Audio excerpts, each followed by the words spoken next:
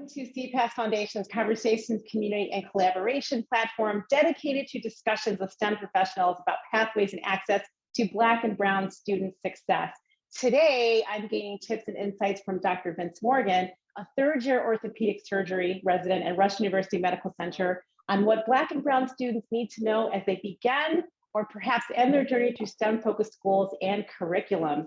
Dr. Vince Morgan is a third-year orthopedic surgeon resident at Rush University Medical Center, interested in sports medicine. He was born and raised on the Southside of Chicago, where he attended Mount Carmel High School. He studied biology and theater at Pomona College before enrolling at the University of Chicago Pritzker School of Medicine for medical school. Dr. Morgan is co-founder and current COO of the Populi Foundation, a nonprofit aimed at diversifying medicine by providing pre-medical mentorship to underrepresented and disadvantaged students. In his free time, he enjoys taking advantage of Chicago's food scene with his fiance, as well as spending quality time with his family. Hello, Dr. Morgan. Welcome, welcome, welcome. I'm so happy that you're here today. Hi there. Thank you so much. It's a pleasure. It's definitely a pleasure. Wonderful, wonderful. Well, I want to first start off with a very typical, cliched, almost boring, but not so much boring question. Did you want to become a doctor when you were a child? All right. So that's actually a really good question. And so I think that the first answer is no. So I grew up in the Southside of Chicago. I come from a family of a long line of actually Chicago police officers. My grandfather, as well as my uncle, my grandfather's first son, and my father were all Chicago police.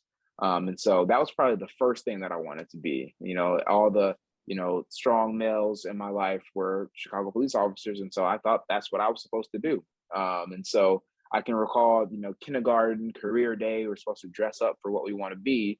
And my grandmother actually fashioned my blue kind of school uniform and put the Chicago police fake patches on it and let me wear my dad's hat. And I'm like, all right, this is it. This is for sure it. And so definitely early on, it wasn't about being a doctor. It really wasn't until actually I was in high school when I really, I think, honed in on, my idea of wanting to become a physician, specifically wanted to become a surgeon. And it actually came from what at one point was a pretty large tragedy that affected my family. My younger cousin at the time, when I was a freshman in high school, so he was in third grade actually. He was in a fortunate incident where he was a victim of a dog mauling by two pit bulls in his backyard at only 9 years old. And unfortunately, the situation was so severe that he ended up losing a large portion of his facial features in the accident. And I remember being, 12, 13 years old. I had just finished up track practice at high school. I get a call from my mom like, hey, something happened with Josh. He's in the hospital kind of near your school, or I'm going to pick you up. We're going to go and wait. And I remember just being terrified, it's my little cousin. I knew something had happened, but wasn't clearly, in the loop as to what was going on. And, mine is just racing as what could be happening.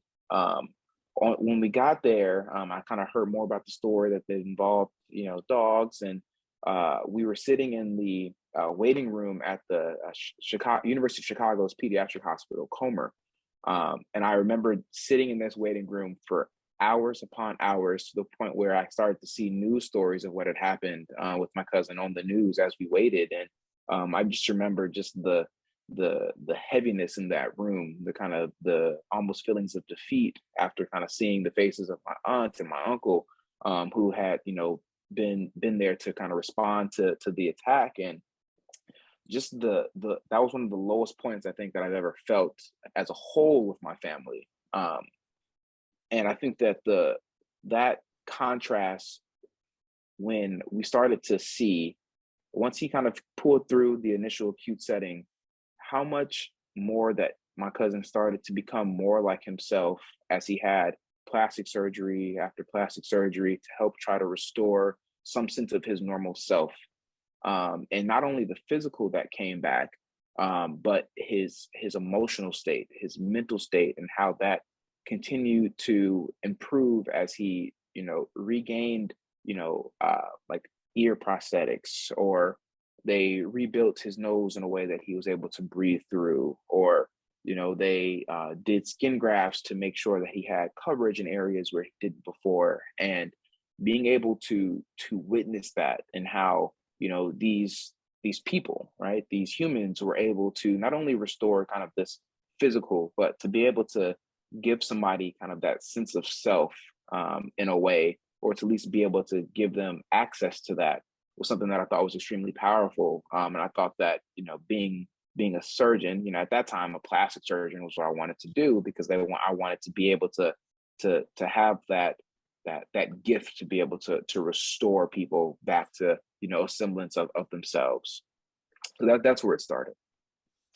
Wow, fascinating. I mean, you never know what you're going to get when you ask a question like that. But every time I ask a doctor that question, there's something dramatic is happening, or they're coming from a long legacy of doctors. I mean, you're coming from a long legacy of law enforcement, there's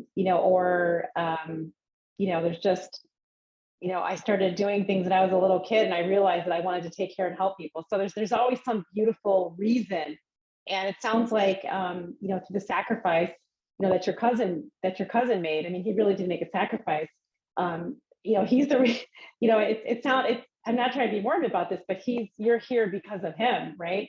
And that's a powerful message of gratitude, even in an entire, like bed of pain and suffering. It's just, you have a mission. I think it's a really beautiful story. That's incredible. And I guess, I mean, that's actually a good jumping off point to really also understand, knowing that you came from this trauma to, your path to triumph. Did that story keep you motivated as you made a decision to become a doctor? I mean, did you have this image in your head the entire time, and it still drives you today? I'm just trying to, sort of understand, what is your earliest memory that helps, that kept, that you say, oh, this is the kind of thing that keeps me motivated.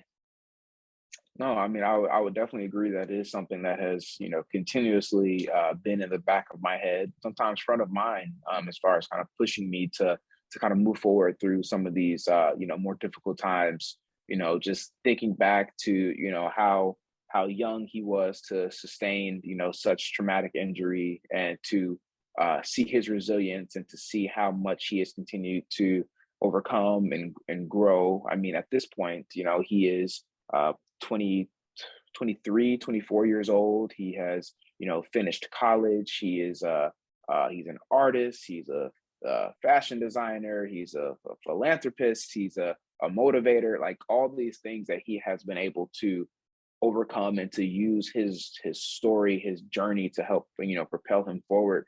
I've always wished to just have just a little bit of that motivation, that drive, that desire to help others and to overcome. And I'm continued, to be graced with his presence, and to be able to witness. And there's no way that I would be able to live well with myself, knowing that I could give up, with the opportunities that have been presented to me. Just knowing, just like you said, the sacrifices, and just the journey that he's been able to make through all of this. And so, yes, it's always kind of in back of mind, at least, but sometimes it's been very, ever present. Wow. So I know, after having several conversations recently with other doctors that are connected to CPAS Foundation, all African American. What are some strategies to help? Like, I'm just trying to ask you to go back a little bit to when you were in medical school. What are some strategies that you can give to aspiring, young Black male potential coming up doctors, to keep them positive and moving forward? What are some strategies you can suggest, to help ensure that they stay on the path and keep going forward. Because look, in addition to us being in the middle of a pandemic, we're suffering under extraordinary racism and bias and, desires to, wipe us out, and yet, still there are people right now still saying, I'm going to be a doctor, I'm going to be a nurse, I'm going to keep going. What are some strategies you can share to say these are 3 things that you should be doing all the time to keep going? Well, I think one of the first things, and it becomes very hard for, Black and brown, medical trainees or pre-medical trainees is, feeling like you are not alone can be very tough, especially depending on the environment that you are, whether or not you're in undergrad still, or you're in high school, or, maybe you have finished undergrad and you're in the process of applying. It can become very solitary, thinking that you are the only one like you along this process, if you haven't been necessarily exposed to it early on, and it's not something that's common within your family. As far as medical school goes, a large proportion of medical students come from families that have doctors in the family already, whether or not it's a parent, a sibling, a cousin, aunt, uncle. There's someone that is relatively close to them, even if it's, one removed, that has gone through this process and is able to help guide them along and to at least be there to, be a sounding board in some form or fashion. But I think that oftentimes as, Black, brown, whether or not you're first generation college student or, the first to pursue medicine, it's not uncommon that you are going to fill one of those boxes. And, I think that trying to find that core, whether or not it's one person that that's kind of along this journey, that you may have kind of know, not even necessarily super close, but you just know of, like, reach out to that person. If you have any inkling of, this is somebody that, has been through this road or is at least kind of going along this with me, having somebody to speak to is so important throughout this process, because it can be so isolating. And so just knowing that you're not alone and trying your best to associate yourself, even if kind of indirectly, with people that have a similar mission as you, is something that is forever important, because there are days when you'll feel like there's nobody there to support you. You're studying for the MCAT and you're not hitting where you want to go as far as your practice exams, and you just feel like you're just not hitting that bar. Just being able to speak to someone and know that that's something that's common, that's something that you will continue to be able to improve on and to grow as you push through. I think is ever important. So how but do that's you? the first thing. Okay, go ahead. Do you have 2 more, or is that kind of the first and only? I have a few more. I have a few more.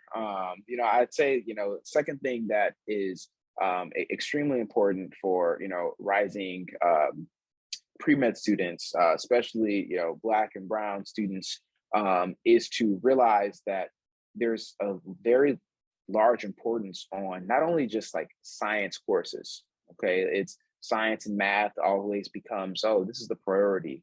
STEM, there's such a huge push for more diversity in STEM, whether or not it's, race, gender, gender identity, all that. There needs to be more, and I agree with that. But I think that sometimes the emphasis is put so much on STEM that we don't necessarily realize that there's a lot of importance in the, quote unquote, softer sciences, or, the like language arts, and how much that actually plays into, I think, becoming a well-rounded individual that will be a good physician. It takes much more than knowing how to, do a differential equation, for math and like the linear algebra class, than, when it comes to like seeing a patient, right? Your patient doesn't care, how much, I don't know, calculus that you can do, right? That's not important. That's not going to be what helps to reach them. They want to know, how can you connect to them on a certain level to help them understand the pathology or the problem that you're trying to help address. They want to be able to connect with you and to see, that person. And if you're not able to really kind of reach in and know who you are and be sure of yourself, if you're not able to be able to kind of express, these thoughts that you have, or kind of pull from these experiences in certain ways, what they're easily communicated to, your patient population, or even earlier than that, communicated through personal statements and in interviews, then you can sometimes fall flat in this. When you become too focused on just the metrics, just the science, just the math, just the MCAT. I think that's very important. I think thirdly, the last thing, and it's kind of back to, feeling alone or not feeling like you have more support, similar to the first point. But I think, finding like your base, like finding that person or people that are going to support you, outside of just the journey to become a doctor. And whether or not that's your family, whether or not it's a significant other, cousin, brother, best friend, you need to have like a support system. You need to have like your own kind of, cheering squad behind you. And, kind of similar to the first point, you may not have folks in your family that have gone through this and know exactly kind of what the next step will be. And they may be learning right along with you, but it doesn't take somebody to have gone through the process to know that you are goal oriented and that you're someone that is trying to achieve something and that they can support you in some form or fashion. You just have to be able to tell them and show them how they can support you. And so I think those would be the main things. I think that, every, rising or, person thinking about going into medicine has to have to be successful. Obviously there's more things that come with this, but if I have to pick, top three, I think those would be my biggest ones. So what happens if you're an introvert? How do you meet people? I mean, honestly, it's like tough. you're describing a process that for some people it's kind of hard, when you're an introvert, isolation doesn't feel wrong, right? And you're just like, I'm happy, I'm an introvert, but can you be a doctor and be an introvert? I mean, like how do you figure this out? Like how do you go out and meet people if you're kind of like, a little more standoffish, a little more reticent, a little bit more protective of your space and energy? I mean, is this even possible? Do you have to be alpha female, alpha male in order to be a doctor? Like, help me understand how to network and meet people if you're not already kind of that type of person.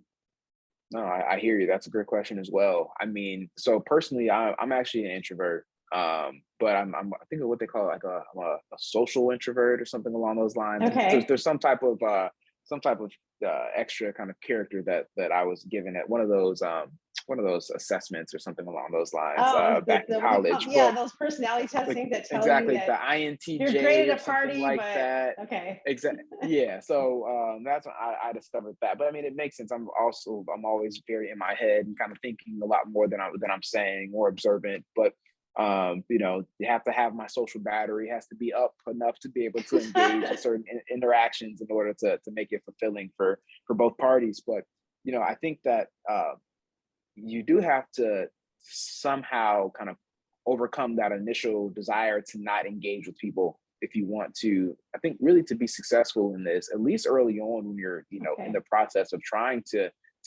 apply and trying to tell your story in a way that's going to make someone want to bring you into their medical school to train alongside the rest of their students. It's very important. There are doctors that are introverted. Of course, there's people in all types of successful fields that are, but you have to know kind of when you have to kind of turn on, that extra thing inside you that will be able to engage and to connect with people in order to, I think, to really be successful. Medicine is a team sport in many ways, as and it's true. We work with not only other physicians on our teams, we work with nursing staff, we work with physician extenders like PAs and nurse practitioners, we work with medical assistants and social workers and physical therapists, occupational therapists. It's all a collaborative effort to take care of an individual patient. And, the more that you are able to engage and not only just communicate your thoughts and your plans to these other providers, but also being able to kind of rally folks up and to be a motivator and to be able to truly, engage and have people believe in what you're doing. I think that, when people think about who are the best doctors that they've had, I think it are those people that are able to kind of rally around, the healthcare team, and to be able to kind of, communicate to X, Y, and Z person in these respective fields, and to be able to kind of package that up and to deliver it to a patient. kind of as a whole. I think those are the folks that are the most successful, and those are the ones that recognize the importance of the ability to be able to interact and to communicate well and to really work as a unit. It's interesting. STEM, science, technology, engineering, and math, and engineers. No, I mean, it is not a team sport. A lot of them. In the engineering space, there are, of course, many opportunities for team, but many engineers really have to have a quiet space and think, and they're very, very different in terms of their interactions with other people and how their brains operate.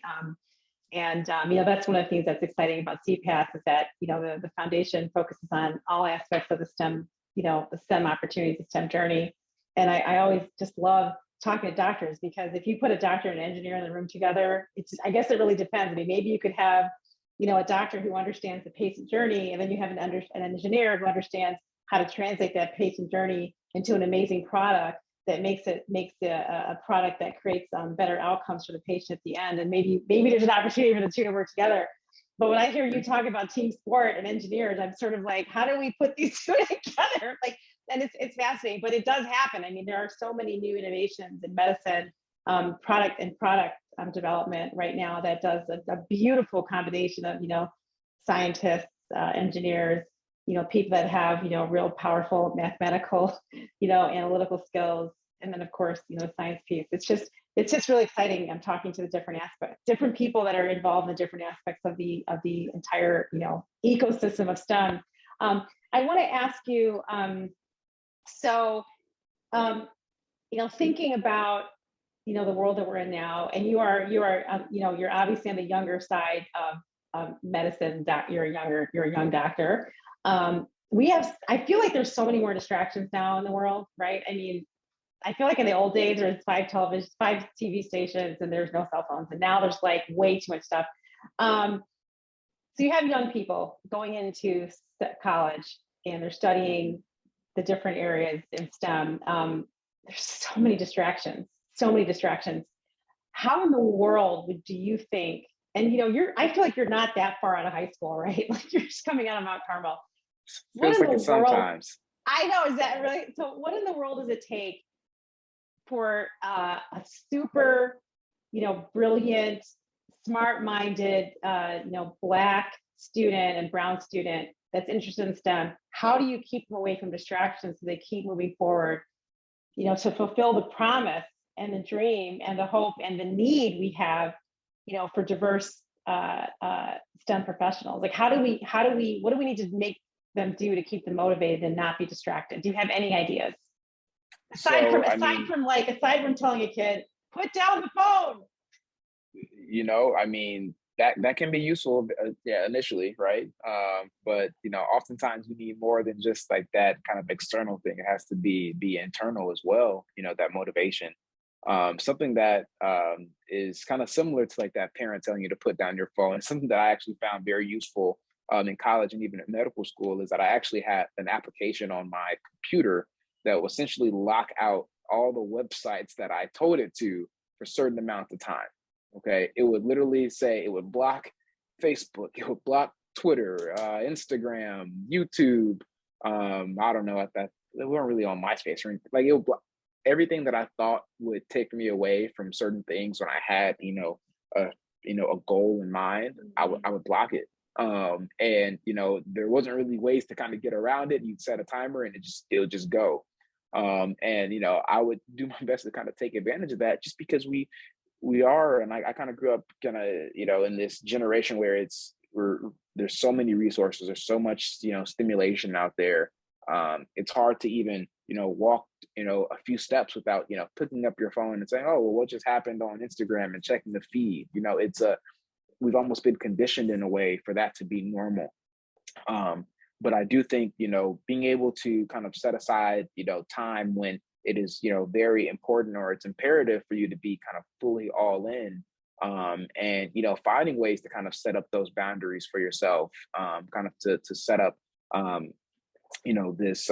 this kind of, this island where you go on and, there's no distractions. It's a journey. It's a continued process. And I still deal with, getting distracted here and there. And, as you get further and further along the lines, you're checking emails, you're getting texts that are important, you're trying to figure out kind of, which way is up sometimes. And you Hmm. get so overstimulated. And so it's a continuous journey. I think when it comes especially to kind of, social media, I think that, the way social media is set up these days, it very much gives you kind of what you give the application. It shows you kind of what you want to see or what the application thinks you want to see as well. And so the more you try to kind of, follow and kind of learn and to interact or engage with, certain folks that you want to align yourself with, the more your actual platform is going to help to kind of push you that way as well. I think in many ways. It wasn't until I was, pretty certain that I was pre-med, and for better or worse, all these companies that use your search engines and everything to kind of devise how they're going to market to you. But I started to see a lot more pre-med stuff. I started to see a lot more things focused on, STEM and, getting advertisements for, programs that I should apply for, or, things along those lines, and really, kind of taking advantage of that, I think has Okay. been important. But that's a way that I think that the stimulation and the distractions kind of can help. I think that, you really have to, really just kind of set those boundaries and do your best to to to create that space where you're in that zone when things can't affect you. And it's an ongoing process. It's like I don't think Yeah. you ever necessarily get over that. And unfortunately, the way that our world is headed, we're going to continue to have more and more stimulation as things become even more integrated into our daily lives. I can't imagine, or I can imagine, a point, and maybe not in my lifetime, but you'll wake up and you'll be able to somehow just have your Instagram feed or whatever it's going to be at that point, and you're just gonna see it, right? Or you're just gonna hear something in your head without any type of device, because Oh it's God. somehow integrated. And I it's hope I not. think we'll probably be That there. sounds We'll like a probably that be sounds like a there. chip in the brain thing. I don't. Yeah, yeah. I mean, Well, I I don't think mean, I don't think it's that far fetched. you know what? I don't think it is either. I love how you basically said when you can curate the content on your social feeds, it'll give you more of the content that'll help keep you motivated and keep learning and keep growing, as opposed to just being a passive consumer and just like endlessly scrolling for no purpose, right? I feel like Hmm. I love that as a tactic, especially for younger people that are going into the medical fields that are probably being drawn away from their calling because of the distraction. But if you could somehow find a way to say, you know what, I'm going to curate my own, I'm going to start following people that are sharing the kind of content that helps me learn something new.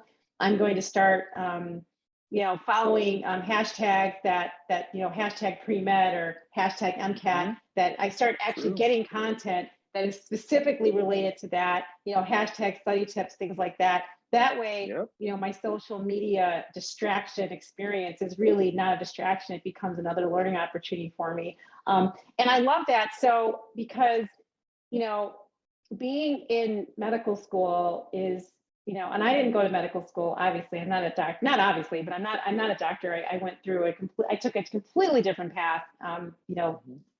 learning how to help, companies like Rush, develop the best practices for brand strategy and outreach and recruiting and things like that. Um, but I want to talk a little bit more about, young people and keeping them on track and keeping them on path, and helping strengthen their curiosity and strengthen their resolve to study. Do you remember when you were in medical school, was it easy for you to study? Was it hard to study? Did you come into medical school with a strong foundation of studying? Did you have to talk to somebody to say, hey, can you teach me how to study this?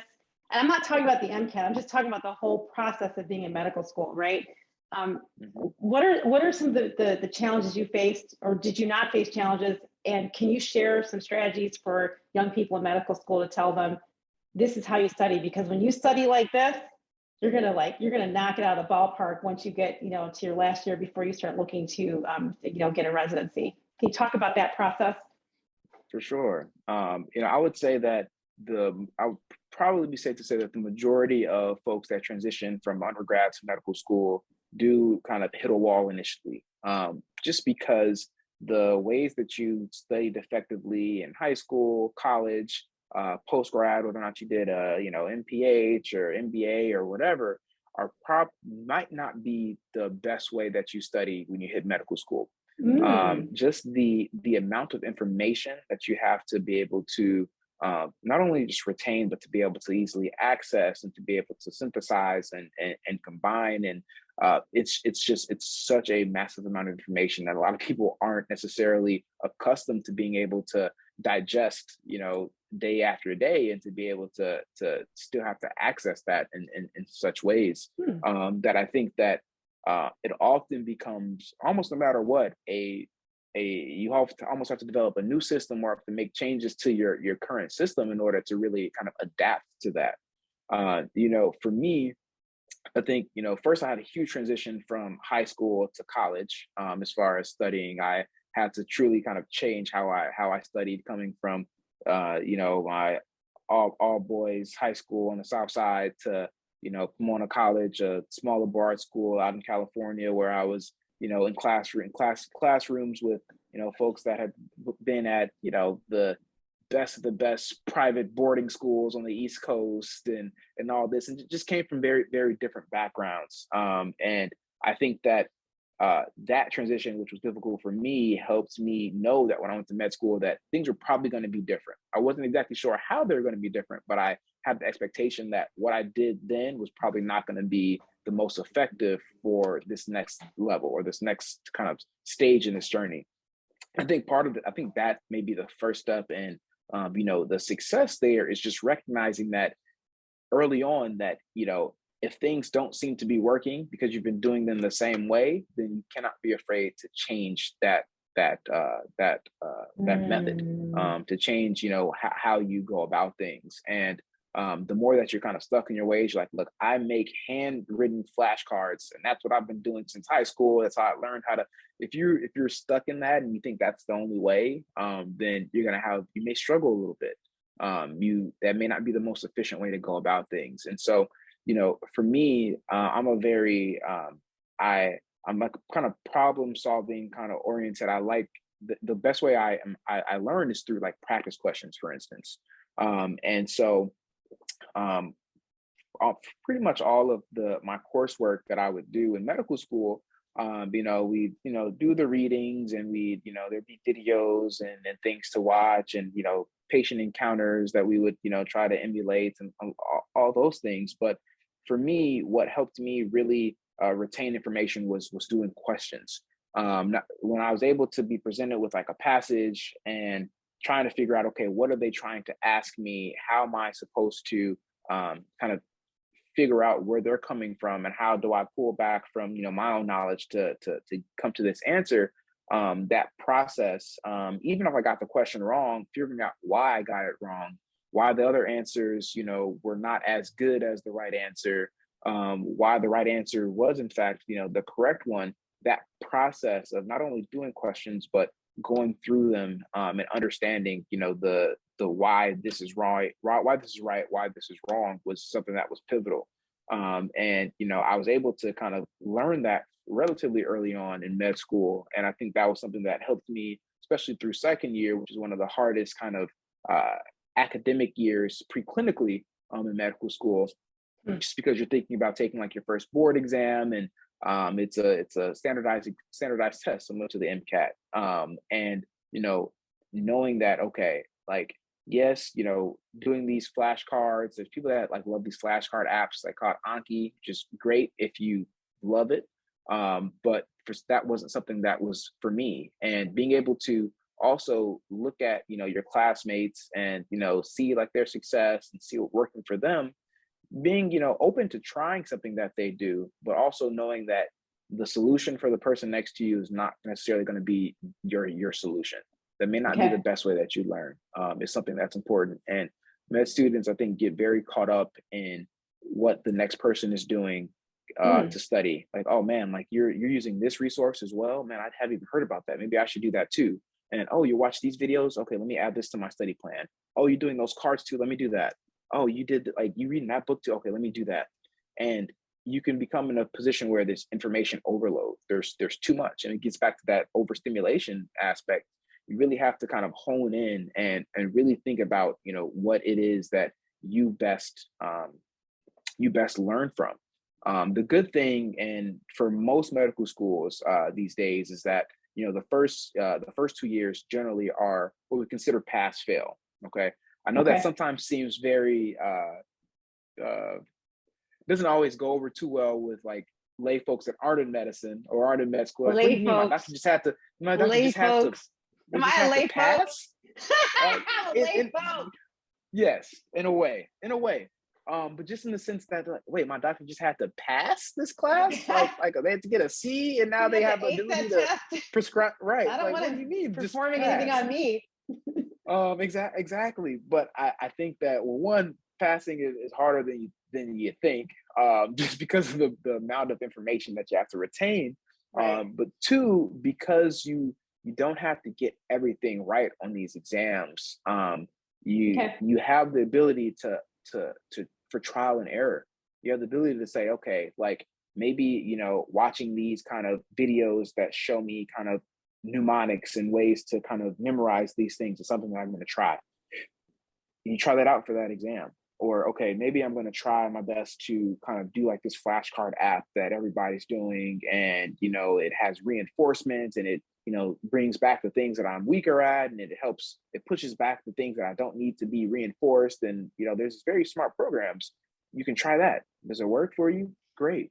You know, If you let need to me be, go ahead. let me interrupt you for 1 second. Let me ask something. So it sounds like when I hear you talking about this process, I keep asking myself, did he figure out this on his own, or did he have someone help him? Did he have a mentor? Did he have someone?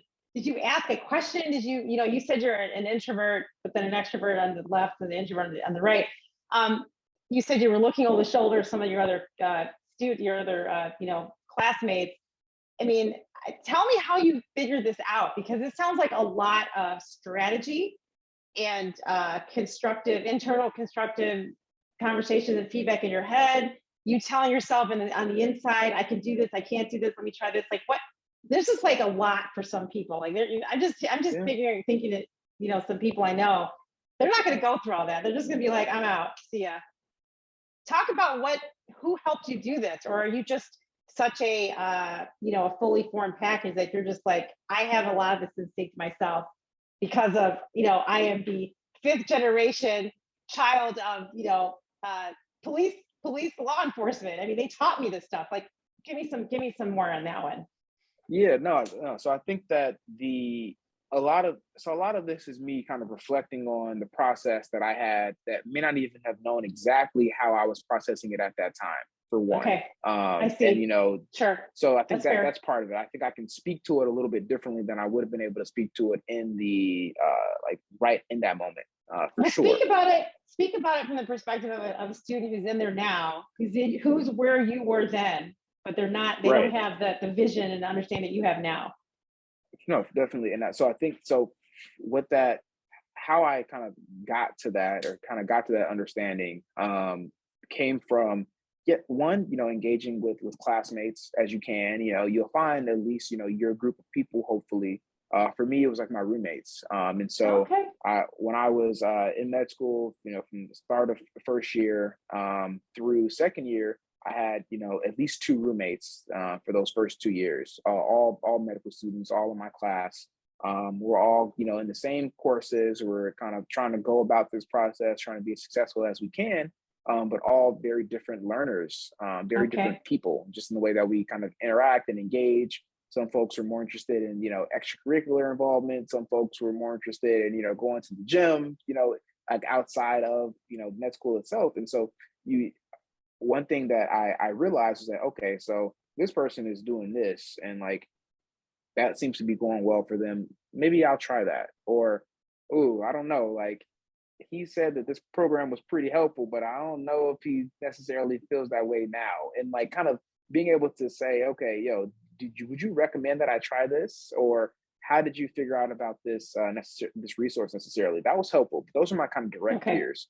I think something that also was very important for med school and was, very important, I think, for students that are at U Chicago specifically, and hopefully this is something that's more kind of widespread and across other institutions, is we were kind of paired with mentors early on and as med students. And, those mentors were kind of given to us kind of initially just through our med school. But I think even finding mentors on your own through extracurricular involvement, whether or not that's affinity groups for like Black students. So the biggest kind of affinity group for African-American students, Black students, students of the diaspora, and honestly, even like Latino students and other folks that don't necessarily have that same type of support elsewhere at their institution. It's called the Student National Medical Association, or SNMA. It's an offshoot of the NMA, or the National Medical Association, which was actually started, kind of goes back, I can't give you the exact date, I don't want to be misquoted, but was started back in a time when they weren't allowing Black physicians to be a part of the American Medical Association, or the AMA. And so they said, okay, well, we can't be an AMA, we're going to make the NMA. And the NMA has grown and has, now has this kind of undergraduate kind of aspect, undergraduate medical education aspect in SNMA. There also is even a college level, group or kind of faction of NMA called MAPS, or MAPS. Are they free? Is all this free for students? So there are many ways. Yes. So free in a sense that, yes, like a lot of college institutions already have these kind of these groups. Okay. These extra, like these kind of, essentially like these student groups. But there also are ways to, if you're in a situation where you don't have that at your institution, being connected to, a school that's neighboring you perhaps, or even there are even resources to help create a MAPS chapter at your school. One of my mentees when I was in medical school, I still, I speak to him, at least once a week. Even now, he's still on his way of, applying into medical school. He's actually studying for MCAT right now, but he was a student at the University of Illinois in Champaign-Urbana. He, is from the Southside of Chicago. Wasn't born with the silver spoon. Really worked hard to kind of get to where he was in college. But always had this dream, this goal of becoming a doctor. And he got out to University of Illinois, felt like he didn't necessarily have the support system that he wanted. He had already done, a program as a high school student at U Chicago, and interacted with the, students from the Pritzker School of Medicine, a few Black and brown folks that he really kind of connected to and could see himself in. And he reached out to them and said, hey, like, I'm out here, in the kind of middle of nowhere, Illinois, there's tons of, people around me that look like me, but I just don't know if necessarily have that guidance that I felt like I had when I was around you all. Like, I can't see you guys like this. I don't have that. And someone mentioned to him, well, why don't you start a MAPS chapter at your school? And he literally took that advice and he created this organization, or this kind of, this chapter of this organization at the University of Illinois. And he has helped so many students just by, having the initiative to kind of make this chapter. And, there's MAP students from University of Illinois that are med students that I know personally at Duke and U Chicago and all these great institutions. And a lot of it came from just that exposure of that one person saying, hey, like, I am aware of these type of, interactions in these programs. I know that we don't have it here, but I want to create that space. And I'm not saying everybody has to be the person to create that, because right. that in itself is a large task. Thing. And it's a huge burden, right? To be able to not only handle your own academic rigor, in your institution, but also to take on something that means that you're going to have to reach out to, school administration to find funding. You have to find you're running a faculty business mentor. It's a big deal. It's a business. So it sounds like all the things you're talking about, it really gets back to, and I hear this time and time again from other Black medical professionals, and frankly, all Black people in the STEM field, I don't care what it is, any part of STEM, that the community that you make and you build is the community that can feed you forever, from the beginning to the end. You do have to seek it out. You do have to be very intentional about talking to people. You have to listen. You have to ask questions. You you have to, in some ways, subvert your introvert tendencies in order to move forward. You have to do a lot of internal work, to make things happen for yourself so that you can continue on the path of learning and success. You shared some very powerful and positive strategies on, please help me learn how to study better, right? I mean, the idea that your study tactics from high school to college were already a really huge jump for you, and then to go from regular college to medical school was even a more massive jump. I had never thought about that process, about, oh my goodness, you mean what I was taught in high school is not actually going to help me get through medical school? And then once you get to medical school, if you can make it through, you then have to build a community to give you more strategies on how to study, which then leads me to my next piece, because we could talk for a lot more time about studying. And actually, CPAS Foundation, I produced a study tips book for CPAS Foundation on how to study, different study tactics. Awesome. And I think there's maybe 4 or 5 different approaches to studying in this book that you could actually get at cpasfoundation.org. Just have to fill out a form, and you have access to the free book, which you can download on Apple Podcasts. It's a huge deal studying in medical school. It's something that Black and brown people are going into medical school without a real strong generational network, without ideas on how to study properly, coming from under-resourced, schools that really aren't, helping. That's not Mount Carmel, of course, but it's just a lot happening that makes it more difficult for us to get through. But moving forward, I want to talk a little bit about, so you're in medical school and now you're heading towards residency, and you're in residency right now. Congratulations. I think that's really beautiful. Thank you. And I love the fact that you're interested in, orthopedic medicine. That's fantastic. And sports. That's just, I have 3 sons, and all 3 of them are athletes. One is he's into fitness and health. And, he would be a gym rat if we didn't have a gym in our basement, which is really sad. I mean, I kind of feel like I don't like to say that. I'm like, why are you a gym rat? Like, what is this? What life are you to leave at this? He's a jazz piano player. My middle son's a former swimmer, now volleyball player.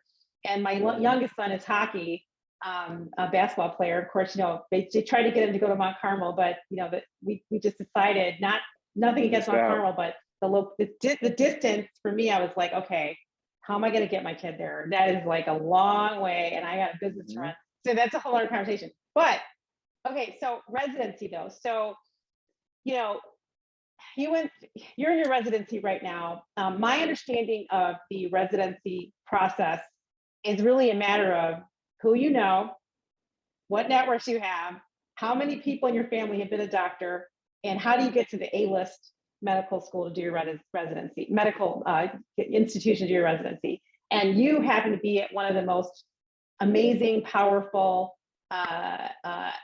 impact-driven, focus-driven, community-driven medical institutions in the world, Rush. Without giving away all your secrets, and maybe you want to, how do you get to a place where you are right now? What does it take for a Black medical student to land a residency at a place like Rush? And it doesn't have to be Rush, but just for the sake of the discussion, right? Are there like 10 steps? Are there 5 steps? Are there 2 steps? Is it going to take a lifetime for you to tell me how to do this? Like what? I mean, it seems like a real challenge to get a good residency opportunity. No, I mean, how did you do it? It's, residency and the whole, match process. I sure the eventually it's probably going to be some type of CPAS, video just about that in itself, kind of how that works. Do it. Let's figure it out. I'm writing it down. We should. Yes. Well, so, okay. The goal of med school, in many ways, one is to, build that foundation, but the real thing is, it's a stepping stone in a way. It's a means, one mean to, the end of, becoming a successful physician and taking good care of your patients. But that next step is getting to residency. You can do, have the best experience in the world you wanted to have in medical school, but if you don't set yourself up in a position to, be competitive for whatever you're trying to apply into, then, you may be met with a little bit of disappointment in kind of what that next level can look like. And, for me, a lot of it, fortunately or unfortunately, I think that I, approached medical school with a little bit of a chip on my shoulder, I'd say. I think that, coming from, my undergrad, I wasn't necessarily the person in the room in my med school class that was, I would say, the best on paper as far as grades. My grades were definitely good, and I was competitive enough to get to where I was, but I wasn't the person, coming from Harvard with, the 4.0 GPA, the 50 published scientific journal articles, and What? writing novels, and believe me, these folks exist, and you can These folks very much exist in medical school before they get to residency, journals and novels. look. I'm telling you, there are folks that are apply into medical school that are exceedingly brilliant, in many facets. That's intimidating. Exceedingly, it can be. It can be. I mean, I interviewed with. I mean, she's amazing, strong, smart, brilliant Black woman, Dr. Obi Obi. She's Charlene. She's a cardiovascular or cardiology fellow at Chicago right now.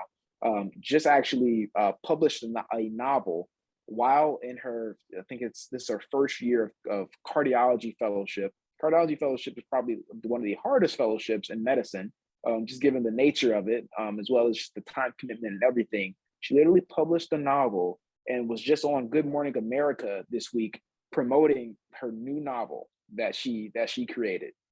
So these are folks that are superheroes in a way, Wow. that are, She's my excuse superhero. literally, and you'll see these people, you're like, oh man, like that's something different. I may not be quite there yet, but let me just kind of get back on track. So I think that the one, you can't get too caught up in kind of just how excellent the folks are around you, in the sense that makes you feel bad. If anything, that should make you feel like, man, I'm also here with them. So even if I don't know why I'm here, there's something. Somebody may be looking at you thinking, oh man, this person is like, wow, they are so good at interacting with like these people, like these patients or these high school students, and like, man, I wish I had that gift. Like, you probably have something that you don't necessarily even know that people admire about you. And so to think that that always kind of try your best to feel like you belong. But Okay. kind of circle back as far as the kind of the residency application, something that was important to me, and I kind of get back to it, like that chip on my shoulder was like, oh man, like I don't necessarily know if I am, as worthy as all these other people around me, and I need to work hard and to make myself be in a situation where I don't want people to look at my application and say, oh well, this is a hole here, or they didn't necessarily kind of check this box, or I also didn't want people to think that, unfortunately, and it's a very, very strong kind of misunderstanding, especially from folks that aren't, underrepresented in medicine, is that for some reason that, Black and brown students somehow have a higher chance of getting into these, higher esteemed programs than, the majority, or, Caucasian or Asian students, just because of the lack of diversity, in these Okay. realms. And having kind of the chip on my shoulder where I didn't want anybody to ever look at my application. I wanted you to be able to take off, anything that said, oh, this is my address from the Southside of Chicago. They're probably not, of the majority, or, oh, they did all this kind of, work with underrepresented students and all this kind of outreach stuff in high school and college and med school. Oh, they're definitely, they're Black, and we have to hold them to a different standard or a lower standard. I didn't want any of that. And that kind of may not have been the most healthiest, but that in the back of my head drove me to say that I don't want to give anybody any reason to not give me a chance. And so I found very early on, like by, going to, sessions that my school would throw on for, how do you kind of create, your best self for like this residency application? What are things that you need to, what are the Mm-hmm. boxes that you need to check? I, went to those meetings, I found that out, and I started doing it early. I Wow. had an idea that I wanted to go into orthopedic surgery, excuse me, which is one of the more competitive subspecialties to go into, as far as med school. just because of, I think, the number of spots. It's a very kind of appealing field, just in the sense of just what we do, as well as like financially, the incentives are high. It's a competitive field. Same thing Sure. for, plastic surgery, ear, nose, and throat surgery, dermatology, radiology. There's a lot of fields that are just a little bit more competitive in a sense of these residency programs have kind of higher bars or are doing their best to just kind of weed out just so they can try to get the best applicants they can. And knowing that orthopedics was one of those and was something that I was considering highly, I knew that I had to really do my best to be as engaged and involved in all these different realms. I knew I needed to get involved with research. And so, that first winter break, or even kind of leading up to it, like that Thanksgiving or that fall of my first year of med school, I was already reaching out to, faculty in the orthopedic department, like, hi, I'm Vince. I'm interested in going to orthopedics potentially. I'd love to, meet with you and to figure out, best ways to get involved in like the research that you're doing. And so kind of doing that was something that I needed to really take that impetus, or to have to put that effort in initially, to kind of gain those relationships. Something that also I knew that was important, and I wanted to make sure that people recognize me as a well-rounded applicant was, and also for my own mental health, was that I wanted to be able to take advantage of the time that I had outside of kind of studying, the books, to be involved in, my community. I was coming from the Southside of Chicago. I was going to school at University of Chicago, and right on the South Side in Hyde Park, surrounded by Woodlawn and Inglewood and Kenwood, Bronzeville, all these neighboring areas that aren't necessarily as well to do as, Hyde Park in that bubble, but very adjacent in a sense that, community-wise, we're very connected to these people that essentially were like me and my family, and wanting to get as engaged as possible through the outreach programs and the mentorship and things that were in place was something that I also was like, look, no one is gonna community service me in my home. Like, there is no way that someone is going to be able to have the impact that I think that I was able to have on, a, young Black boy that's a freshman coming from, let's say Morgan Park High School, to this, community program that we're running in the summer. Like, I felt like I had a reason to be there. Like, I felt that I had that purpose, and I was for sure going to take advantage of that. And I was very present in a lot of those those opportunities extracurricularly, which I think were also very important in a whole as my application, kind of just showing, that commitment to leading these programs, to, forming programs in order to help, support folks, and to always feel that need to kind of reach back when I took a step forward was something that I think was important. And I think that played a large role in my application. I think people could see that. I think that another thing that's, important and is always in the back of the heads of med students once they get there, you don't always have it when you're in the application process. Once they get to med school, I'm sorry. As they're moving towards their residency process. Okay. Right. Exactly. And realizing that, the MCAT is not the last standardized test that you're going to take. And if not, you're going to take actually a lot more. The most important test, at least when I was in medical school, things have changed a little bit, even in these past few years, was step one, which is like kind of the first step of a series of board exams that you take in medical school, in order to kind of get your kind of accreditation, or like your license, right, as a even a training position. And the step exam, back when I was a med student, was graded, I think it's like 125 or 150 to like 260 or 270 or something is like the rubric or the metric. And every specialty has different cutoffs as to what is kind of the average that people are successfully matching into these programs with.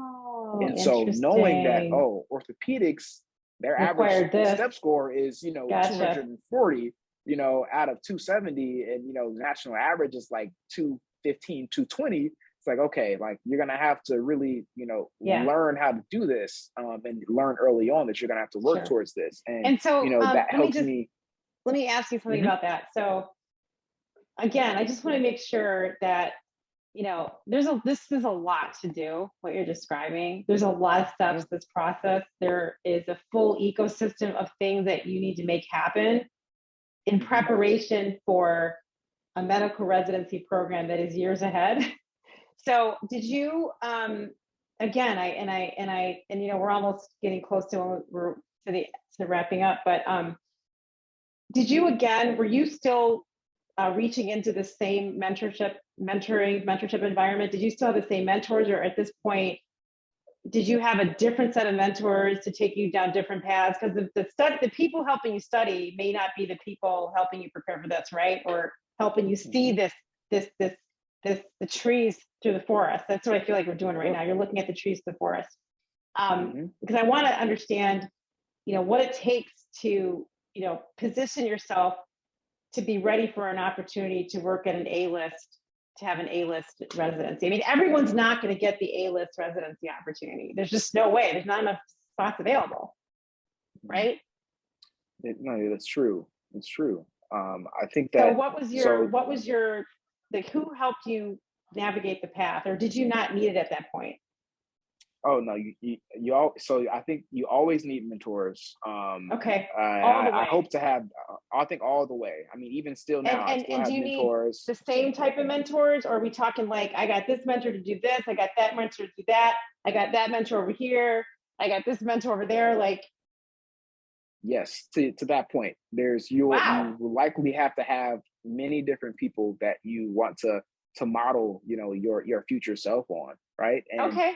And why I say that is because there are, I think you can. One thing I like to believe is you can learn something from anybody. You can learn something, whether or not it's a positive role model or a negative role model, whether or not it's things that you want to, replicate and to, put into your own practice, your own kind of daily, activities, versus something that you're like, I hope that I don't interact with people this way. I hope that I, don't do things in this kind of manner. You can learn, you can see how people interact and how, folks respond to them and say, okay, this is somebody that I want to do. This is one thing I want to do. This is something I don't want to do. I think that the way mentorship works, at least for me, is that there's not one single person that I'm like, okay, I just need to be this person. Like, that is the goal. I think that there are folks that are so good at, engaging with patients, on a very intimate level. And I'm like, okay, I want to know how they do that. And I want to model that. And I want to see how they develop that. And there's people that, oh man, that person is a brilliant researcher. And to kind of get into their minds of how do they think about these questions, and to work alongside them and to have feedback on, research projects like, hey, I was thinking about looking into this. And they look at the study and they're like, I don't really know if this is a good question. And you're like, well, thank you. Can you tell me why? Right? Can you show me how you're looking at this? Like, through what lens are you looking at this to determine that that's not what I need to be doing? Okay. Wow. And I think that that's important, is to know that there are going to be people in all these different realms that are going to be, excelling and doing things that you want to do, and to not be afraid to kind of pick and choose what you want to learn and to grasp from these people. But I think mentorship is forever important, and you can't be afraid to know that you will have mentors that are not even in the field that you necessarily want to go into. Some of my greatest mentors in med school were not orthopedic surgeons. Some of my greatest mentors in medical school were primary care physicians, gastroenterologists, for instance. Like, one of my, favorite mentors from med school was, his name is Dr. Edwin McDonald. Apologies. He's a gastroenterologist at Chicago, Black male from, Southside Chicago. He went to Northwestern for medical school. He's now a trained GI at U of C. He's a trained chef. He makes all these videos. He integrates, all this kind of healthy eating and lifestyle into his own GI practice. And so he's not just, pushing pills to people. He's saying, okay, let me teach you how to cook meals for yourself.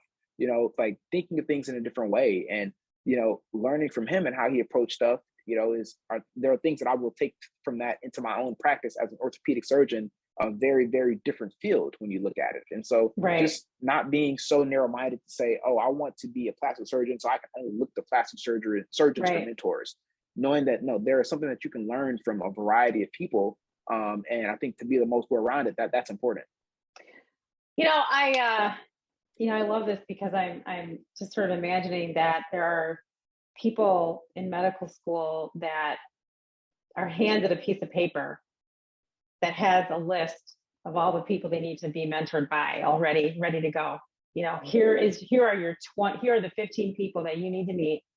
I already have it together for you. They already know you're coming. They already know you're calling.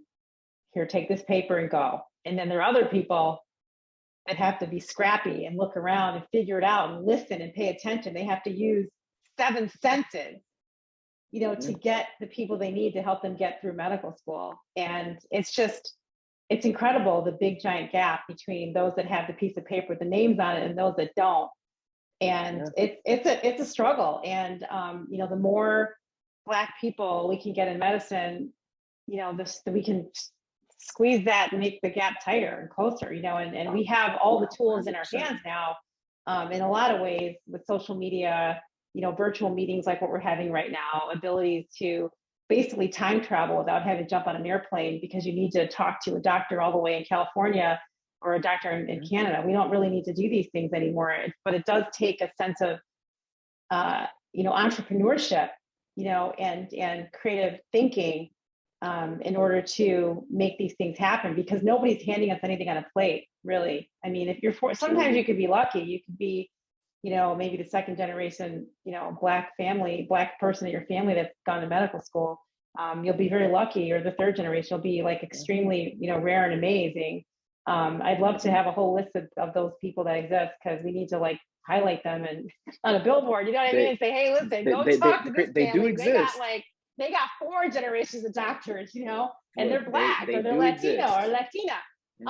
And speaking of entrepreneurship and what's required, I'm really excited because you have this foundation, which it sounds tremendous. It's Populi Foundation.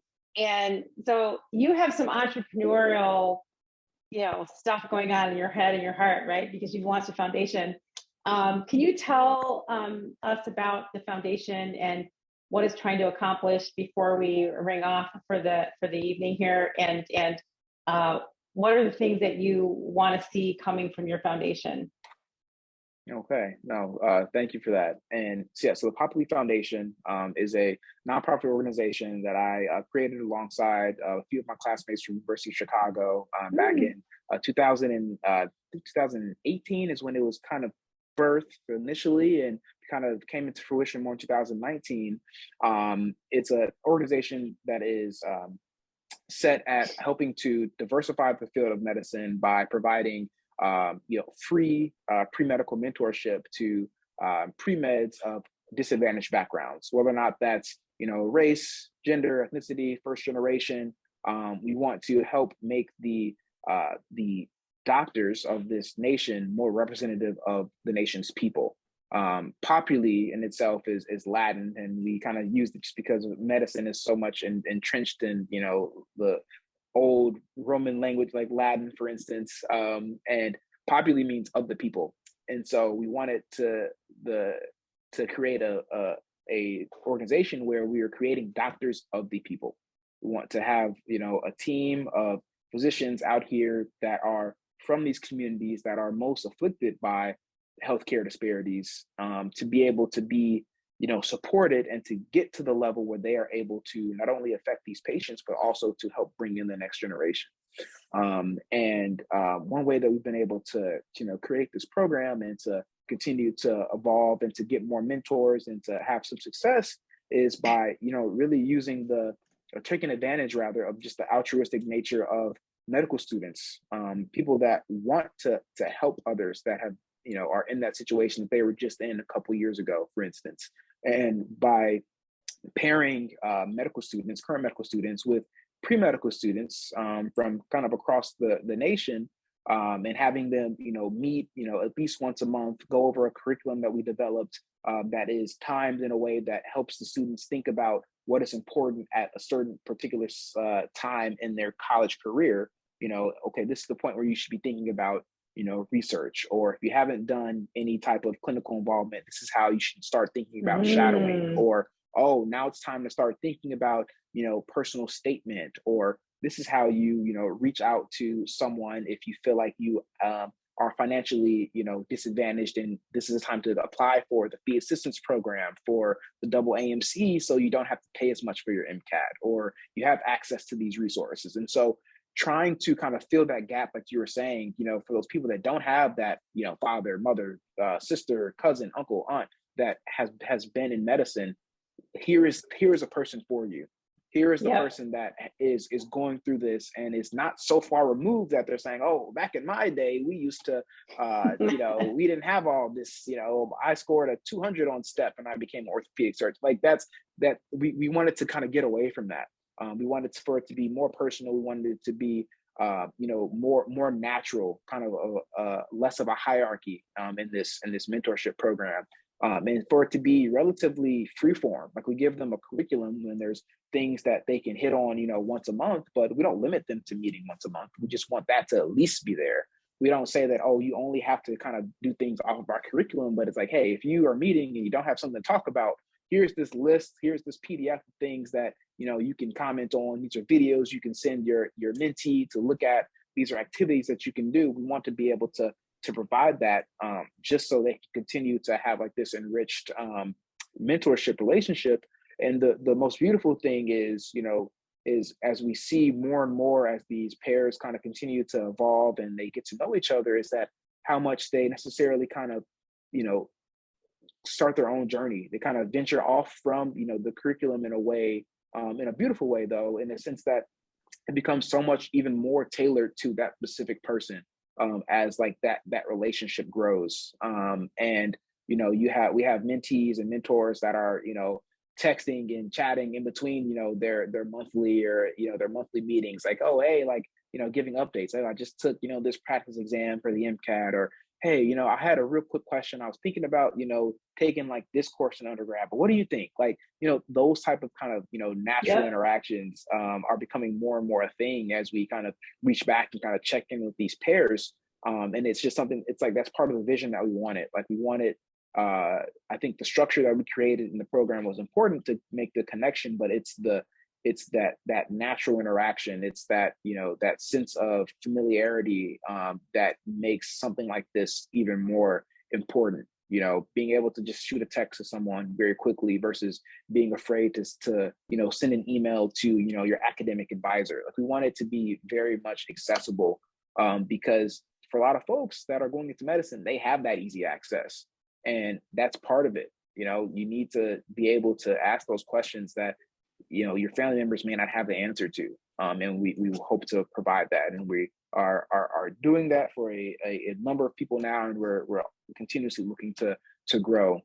Biggest limitation for us, and I think will almost always be the case, is mentors, right? So in order to give that guidance, to give that kind of personal relationship, you have to have someone that is a person, right, to talk about it. We can throw up our platform and our curriculum online and people can scroll through it and like go through the sessions, but that's not where the value comes from our program. It is the one-on-one connection.